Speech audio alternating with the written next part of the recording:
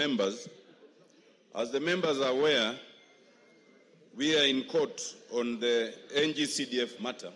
Yes. And it's currently before the Court of Appeal. And just next week, on 6th of March, we are appearing for directions. As we had indicated to the members, the court, we are fast-tracking the hearing. But that notwithstanding, it does not give anyone any authority to reduce anything. But the beauty with it, ultimately, members, is that we are the ones with the power.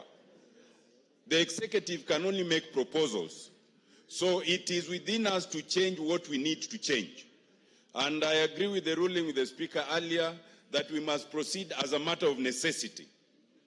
Secondly, on the RMLF matter, it is very interesting, Mr. Speaker, that the very people who are with us in court, who challenge the NGCDF matter every day, who litigate up to the Supreme Court and come back and restart again, have never found it necessary to challenge any of the exercise of authority by the counties, including the bursaries.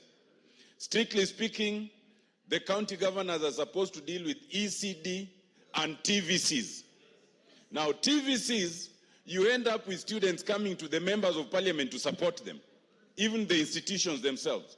One would have thought that the governors would actually concentrate on the areas of their jurisdiction before they spill over. But many of us have usually not complained because in most of our constituencies, students are needy. So that even with all that, you still find other students who don't get it. But when then the same governors want to encroach into our area, then it calls for us to demonstrate that our power is not just latent, it is potent. And in that respect, Mr. Speaker, I think that as we go along, and we don't have to wait for your direction on this, we as members will be taking on these governors on many of these things, in court and outside court, in matters we filed and those ones filed by others, so that we can get what we call an equilibrium of power. So that people understand that actually this is where the power lies. It does not lie in courts, it does not lie in the executive, it lies here. Courts can interpret the law anytime, and they can interpret our actions anytime. But ultimately, they cannot stop us from making legislation however we want. Courts cannot stop us from exercising our powers in terms of the budget however we want. Let's send a caution to the governors that what's good for the goose is good for the gander.